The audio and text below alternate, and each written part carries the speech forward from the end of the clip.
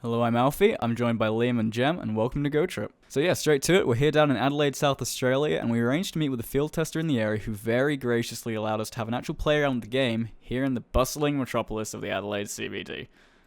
So a quick note on first impressions, graphically it's beautiful. We've seen the bulk of it all in gameplay leaks, but the augmented reality camera is incredibly impressive and really gives the game character. So to start out with, we wanted to see for ourselves a broad part of the spectrum of locational variants. We went from exploring in the Botanic Gardens to some more densely populated metropolitan areas, and to be honest, it was pretty disappointing.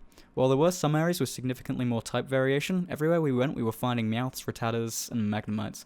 Some spots like the gardens did have more Caterpies and Weedles, and we noticed a few unique nesting spots like a footbridge with Mucks and the Adelaide Oval with spawning Dratinies. However, all in all, it was pretty similar wherever we went.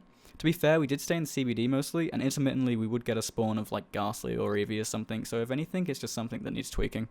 So next is our impressions on combat and CP. Now, as the player levels, the high end of the CP range increases, but the low end stays the same. The account we used was fairly high level, and we found we were catching a lot of low range common Pokemon and just discarding them. Something to note about CP also is that for the most part it kind of breaks battling.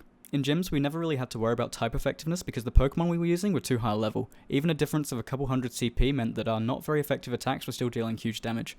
There are probably a lot of ways around this problem. Scaling attack damage is one, or even just reducing the extremity of high CP damage in gym battling, but this is the closest thing we have to leveling a Pokemon, and that still is an important mechanic, so let me know what you think. On the subject, next up is gyms. So far I will say that gyms actually look pretty promising. The battle system, while different, is pretty fun. So far only quick attacks are really useful due to some minor bug and lag issues, which also sort of ruins dodging because player position isn't live, and with special attacks the same amount of damage can be dealt in the time it takes to use one just by quick attacking. Type effectivity does exist, but again it is vastly overwhelmed by CP value.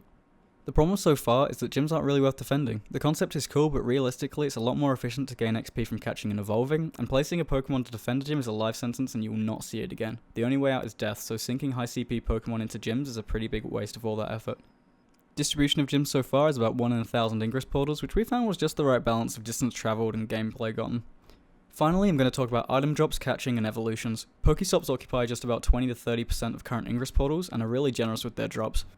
On the subject of balls, our field tester quoted that he discarded much more regular Pokeballs than he'd actually used, and that they were essentially an unlimited resource. High tier balls did come in handy catching higher and mystery CP Pokemon, and while there isn't any wild battling, the throwing mechanic was actually pretty fun, though it did get a bit tedious throwing 20 or so balls at higher levels. On the subject of evolutions, the animation is impressive, and the CP gain can vary, making it a decent risk, but all in all, the amount of grinding required to get to that stage is immense. The amount of shards and ergo catches required grows exponentially per tier, which ends up in the hundreds for tier 3 evolutions.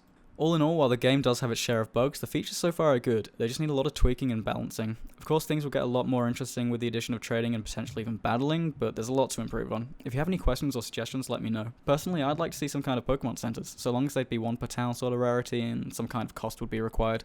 I just want to say that this video has been made entirely possible by Pokemontas, which is a pseudonym because he's a field tester, but however, we just want to thank him so much for giving us this opportunity and being so friendly and helpful explaining like mechanics and sharing stories with us. Our next order of business is getting hold of a shotgun mic or something similar so we can actually speak live and not overdub like this.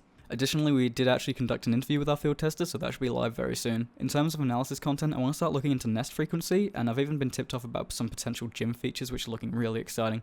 That's the episode, and I'll see you on our Pokemon Go journey.